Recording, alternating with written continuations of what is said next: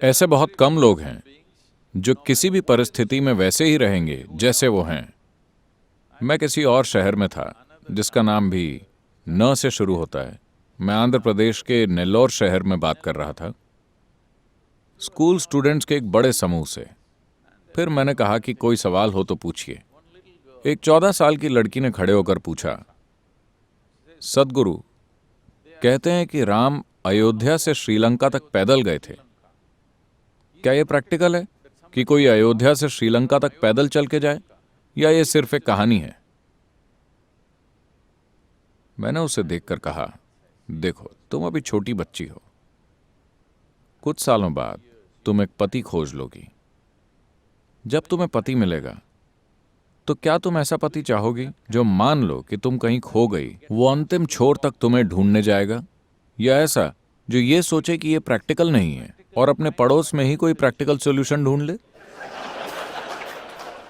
तुम्हें कैसा पति चाहिए? एक छोटी सी बच्ची भी जानती है कि उसे कैसा पति चाहिए। मैं ये प्रश्न इसीलिए बीच में ला रहा हूं क्योंकि मैं चाहता हूं कि आप ये बात ध्यान से सुने, वरना भक्तगण आधी बात सुनकर उबलने लगेंगे। राम का जीवन एक डिजास्टर है, दुर्घटनाओं का एक निरंतर सिलसिला। उनका जन्म एक राजकुमार के रूप में हुआ, भावी राजा के रूप में राज्याभिषेक हुआ। हाल ही में उनकी शादी अपनी युवा पत्नी से हुई, लेकिन कुछ राजनीतिक कारणों से वो जंगल पहुंच जाते हैं। लिविंग इन द जंगल, जंगल में रहना, शायद आपके कुछ टीवी सीरियल इसे बड़े रोमांटिक जीवन जैसा दिखाते हो। ओके। जंगल में रहना कोई रोमांटिक अनुभव नहीं है, मेरा यकीन कीजिए। मैं खुद अकेले कई हफ्तों तक जंगल में अकेला रहा हूं। जंगल में जो मिला उसी से पेट भरकर। 3-4 हफ्तों बाद जब मैं वापस शहर पहुंचा तो लोग मुझे पहचान नहीं पाए। ऐसा होता है जंगल का जीवन। तो एक युवा पत्नी, वो आदिवासी महिला नहीं है, एक राजकुमारी है। उनके साथ जंगल में रहना कोई रोमांस भरा जीवन नहीं, बल्कि बहुत कठिन जीवन है। ये जानते हुए कि ये कितना कठिन होगा, छोटा भाई दोनों की मदद के लिए उनके साथ चल देता है, क्योंकि उसे पता है कि इस युवा स्त्री के साथ उन्हें जंगल में कितनी दिक्कत होने वाली है। फिर जैसे उतना ही काफी नहीं था, उनकी पत्नी का अपहरण हो जाता है। श्रीलंका। और चूंकि वो अपनी पत्नी से बहुत प्यार करते हैं, वो उदासी की हालत में ही पैदल पूरा सफर तय करते हैं। सफर आसान नहीं था और उन्हें यह भी नहीं पता कि उनकी पत्नी जिंदा है या मर चुकी है या किस दशा में है। वो पैदल पूरा सफर तय करते हैं, तमिल लोगों की एक फौज तैयार करते हैं, समुद्र पार करते हैं, एक सुंदर शहर को जला देते हैं, बहुत सारे लोगों को मार डालते हैं, अपनी पत्नी को वापस लेकर घर लौटते हैं। अब उनकी पत्नी गर्भवती है। सोनोग्राम तो होता नहीं था, तो वो ये नहीं जानते कि लड़का है या लड़की या लड़के या लड़कियां या क्या है। एक राजा के लिए बहुत जरूरी है। एक राजा के लिए बेटे का होना बहुत जरूरी होता था, क्योंकि उन्हें एक उत्तराधिकारी की जरूरत होती थी।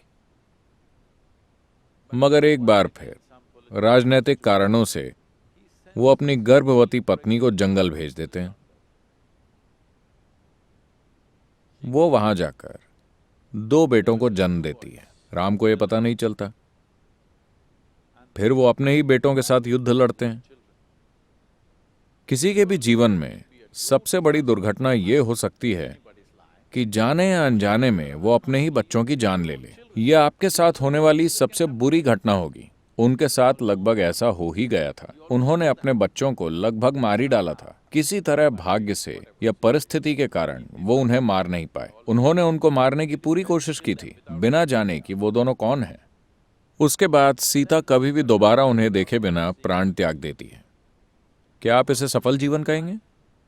नहीं, लेकिन हम उनकी पूजा करते हैं। आप ऐसे असफल इंसान की पूजा क्यों करते हैं?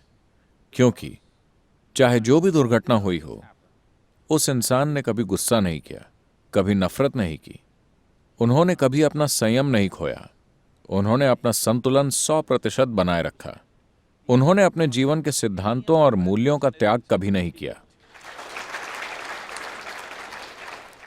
उनके जीवन में मुसीबतें बराबर आती रहीं, लेकिन वो हमेशा स्थिर और परिस्थितियों से अछूते बने रहे। इन्हीं गुणों के आगे हम सिर झुकाते हैं।